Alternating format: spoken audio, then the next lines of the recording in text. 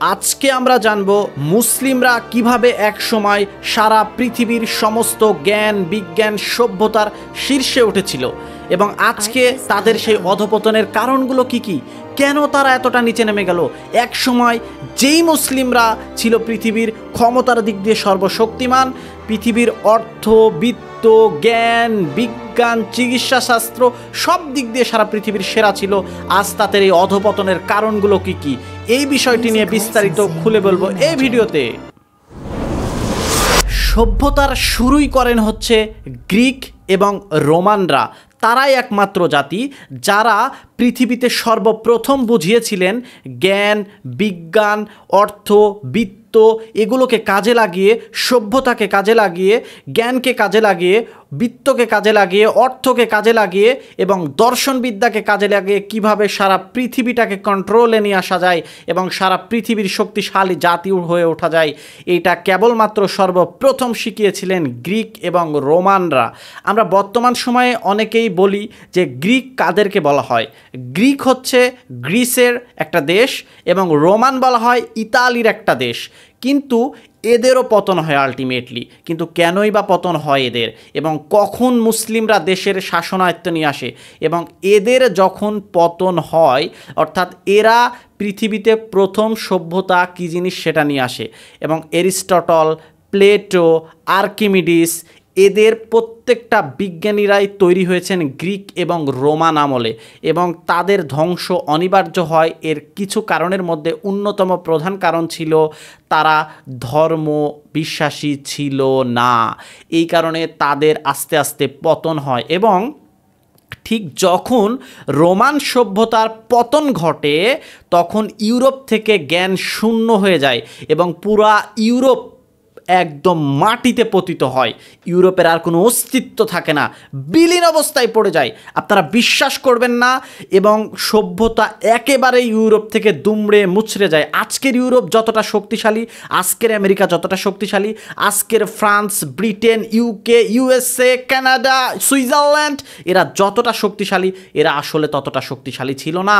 এরা যতটা সভ্যতার দিক দিয়ে উন্নত, যত উঁচা উঁচা বিল্ডিং দেখছেন, এদের যত পরিমাণ অর্থ বিত্ত ব্যাংকিং সিস্টেম জব সব কিছুতে তারা যতটা উন্নত হয়েছে এদের কোনো কিছুই ছিল না। সর্বপ্রথম উন্নত জাতি হিসাবে ছিল গ্রিক এবং রোমান অর্থাৎ গ্রিস এবং ইতালি থেকে একটা সময় সভ্যতা বিদায় নেয় এবং ঠিক সেই সময় ইতালি থেকে যখন সভ্যতা বিদায় নেয় পুরো ইউরোপ রাষ্ট্র ধ্বংসস্তূপে পতিত হয়। ইউরোপ থেকে জ্ঞান শূন্য হয়ে যায়, ইউরোপ মাটিতে পতিত হয়, ইউরোপ তখন শূন্য।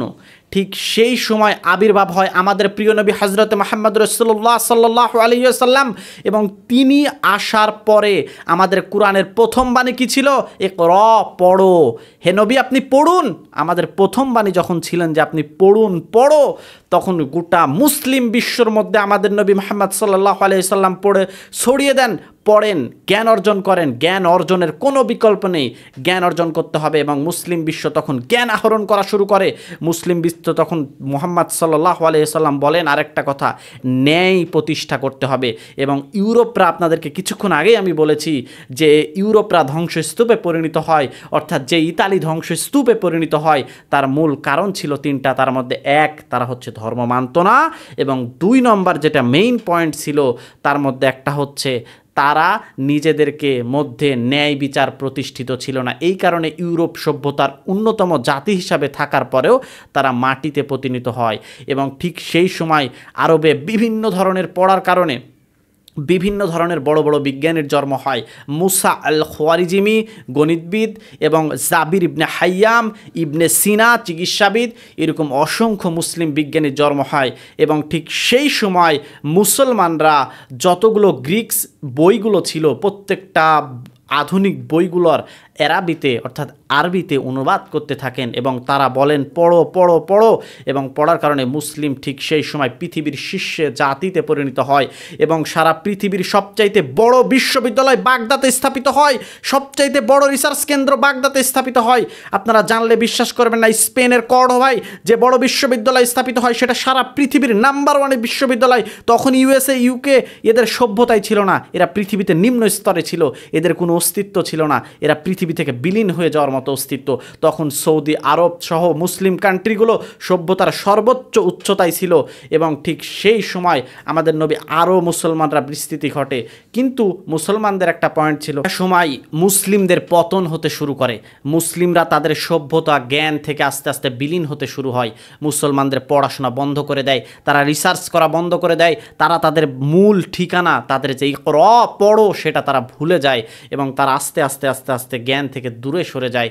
এবং ঠিক সেই সময় ইউরোপরা আমাদের এই মুসলিম কান্ট্রি বাগদাতে আসতো পড়াশোনার জন্য, এবং তারা বাগদাতের সবচাইতে বড় লাইব্রেরি এবং কর্ডোভায় পড়াশোনা করে তারা সে জ্ঞানগুলো অর্জন করত, এবং সেই জ্ঞানগুলো ব্রিটিশরা কাজে লাগিয়ে আজ ব্রিটিশ বলেন, ইউকে বলেন, আমেরিকা বলেন, কানাডা বলেন, সুইজারল্যান্ড বলেন, ফ্রান্স বলেন, তারা প্রত্যেকটা দেশ আমাদের দেশ থেকে জ্ঞান নিয়ে যায়, তারা বড় বড় ইউনিভার্সিটি স্থাপিত করলো। তারা হচ্ছে আপনাদের অক্সফোর্ড, তারপর হচ্ছে আপনাদের কর্ডোভ, এই সকল বড় বড় যত বড় বড় ইউনিভার্সিটিগুলো তৈরি হয়েছে আমাদের জ্ঞানগুলো শোষণ করে নিয়ে যায়, তারা বড় বড় ইউনিভার্সিটি তৈরি করলো। কিন্তু আমরা মুসলিমরা ঠিক সেই সময় আমরা জ্ঞানের অভাবে আস্তে আস্তে আস্তে আস্তে আমরা আমাদের রাজত্ব হারালাম, আমরা আমাদের জ্ঞান হারালাম, আমরা আমাদের বুদ্ধি হারালাম, আমরা সব কিছু হারিয়ে নিঃস্ব হয়ে পড়লাম, এবং মুসলমান পতিত হলো সেই আমেরিকা, ইউএসএ, কানাডার কাছে, এবং মুসলমান তাদের রাজত্ব হারিয়ে ফেললো। আজ সারা বিশ্বের সমস্ত জ্ঞানের ভান্ডার ইউএসএ, আমেরিকা হয়েছে, এবং তারা সারা পৃথিবী শাসন করছে, তারা সারা পৃথিবী কন্ট্রোলে নিয়ে আসছে। তাই আমাদেরকে যদি উন্নতির শিখরে পৌঁছাইতে হয় মুসলমানদেরকে, আমাদের উচিত সেই পূর্বের আমাদের সেই নীতি না ভোলা, আমাদের কোরআনের ইকরা বাক্য না ভোলা, আমাদেরকে আবারও পড়াশোনা করতে হবে, আমাদেরকে জ্ঞানে উন্নতি হইতে হবে, আমাদেরকে জাতি হিসাবে নিজেদেরকে পরিচয় তুলে ধরতে হবে। হ্যাঁ, মুসলমান এই শীর্ষ জাতি, এটা একমাত্র ওয়ে হচ্ছে পড়াশোনা করা।